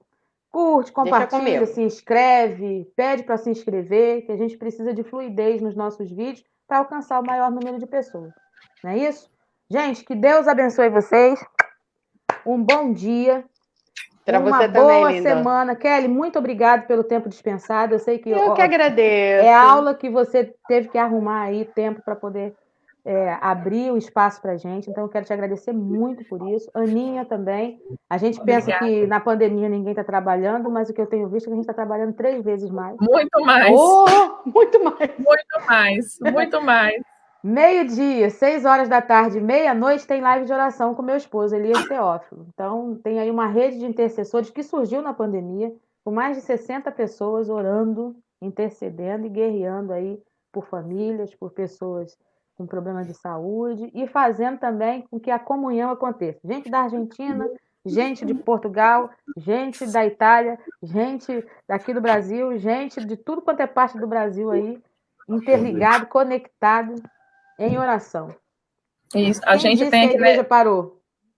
Jamais, aqui nós também é diário, aqui, 7h, lá no Instagram do @PIB em Goiabeiras, PIB em Goiabeiras, é o Instagram da nossa igreja. A gente tem uma live também diária de oração, de reflexão, de louvor. Estamos resgatando os hinos do cantor cristão. Tá um momento bem gostoso e também diariamente temos um grupo bom ali em oração, né, todos os dias às 19h. Aí tem outros horários também. Isso, PIB em Goiabeiras no Instagram. A live é pelo Instagram, né? E o canal do YouTube, né, também nossos cultos estão lá, todos no YouTube.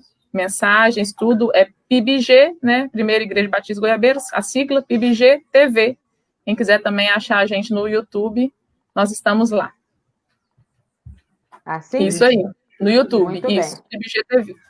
Olha, Silvia, para poder melhorar o nosso dia. Sou muito privilegiada em ter vocês duas como colegas de ministério e amigas. Ah, que linda! E nós de termos você na nossa vida. Maravilhosa. Amém. Beijo, gente. Ó. Beijo. Fiquem com Deus. Até amanhã, se Deus quiser. Beijo, gente. Tchau. Tchau, beijo.